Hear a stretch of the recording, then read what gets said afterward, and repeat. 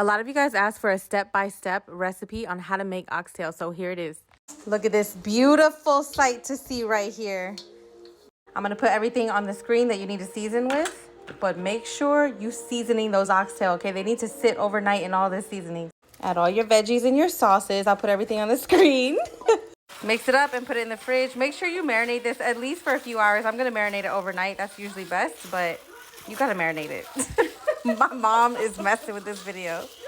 I almost forgot the onion. Don't forget the thyme. Mix that in. Mix it all up and then just let it marinate. All right, it's the next day. Look how beautiful these look. We're gonna sear them, okay? Sear each and every single one. If you have the patience, take them out of the fridge and allow them to come to room temp, but I do not have that patience today, so we're just gonna start cooking. We jamming out today, by the way.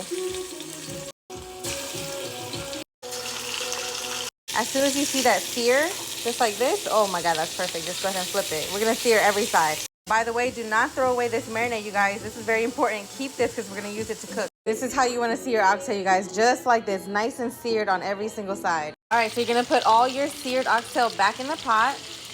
Add in all this marinade. All the same seasonings you use in the marinade, you put it in, and make sure you put some like fresh thyme, fresh pimento. Now add some water.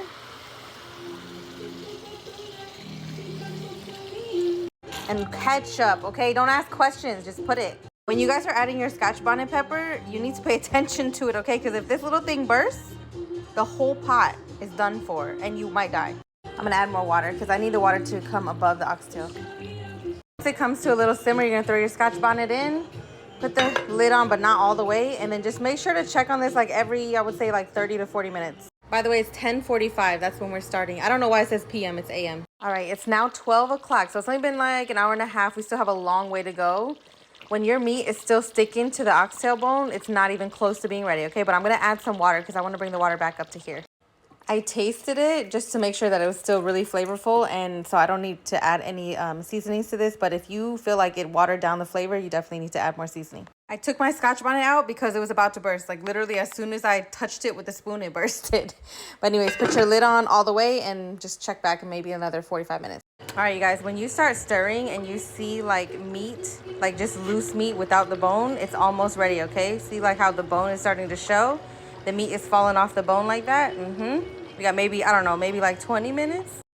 Now is the time where you want to add your spinners and your butter beans. To make the spinners is very easy. I just use 2 cups of flour, 2 teaspoons of salt, and then you just gradually mix in water and knead it until you get like this, where you can hold it without it like absolutely getting stuck to your hand. This is perfect.